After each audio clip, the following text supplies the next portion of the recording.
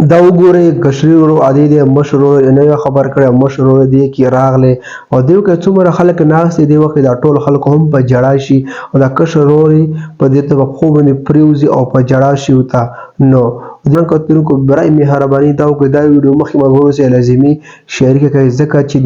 د کشر ورور د مشر ورور ته وینا اولی نه وکړي تاسو پوره کهانی ځکه چې د کشر ورور وادي او د سره مخې اختلافات او د وخت د کشر ورور وادي کړی او دای بالکل خبر کړي نه دی او د وخت د مشر ورور ته پته لري زما د کشر ورور عادت دی او د دې ته نه دی کتلی ماته کشر ورور وینا نه وکړي ما د هغه څه نو ویلي او د کې ډایرکټ راغلی دی او د کور ته ورغلی دی او د کم ځای کې جنجو نو ډایرکټ دا ورنوتی دی او دې وخت کې د کشر ورور راپورته شوی دی نو دی ورته ملامت هم یو ته خبر نه وکړی او دوی چې مخکې اختلافات راغلي او دې وخت کې بیا ته په خپو باندې پرېوته او په جړا وته شو نو ځکه چې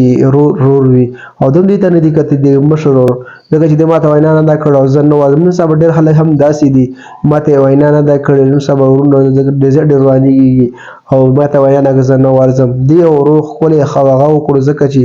دې ته ونه کاته ما سره اختلافات دي او زه اوس نه ورځم بالکل ډېر زبردست کار یې وکړو او دې وخت کې بیا دغه څومره خلکو ټول خلکو هم دې وخت کې جړل ځکه چې د مشر د واده والا کس د واده و کشري ورور او دا هم په جړا شو نور خلک هم په جړا شولو مل دا ویډیو تاسو سره شریک هم ځکه چې د موږ تاسو لپاره پکې ډېر غټ عبرت پروت دی نن سبا چېرته تاسو ګورئ ورونه هر ځای کې اختلافات وي وران وي جنګ جګړې ډېرې کوي او بیا داسې معمولي شینمه دي او بیا د غټ خادیان یو بل ته پرېږدي د غټه خوشحالي دی وګوره که نه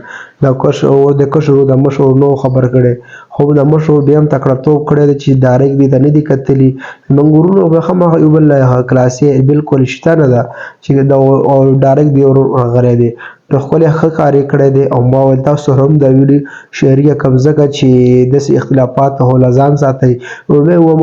معمولي شیانو باندې جګړې نه پکار او بیا چې کوئ د غټه خوشحالي او دغې خامخا ورتلب پکار وي نو هغه هم تمه وي خو هلته بس جګړې دا پکې راغلي اختلافات پکې ډېر شوي وي نو برای مهرباني دا کوئ چې معمولي شي جګړې مه کوئ څو ورځې زندګي ده دا په مینه محبت سره سړی تېره کړي نن سبا دې کې بیا ورونو ورانه شي بیا دې کې شیطانان خلک ډېر شي یو ته شیطاني کې بل ته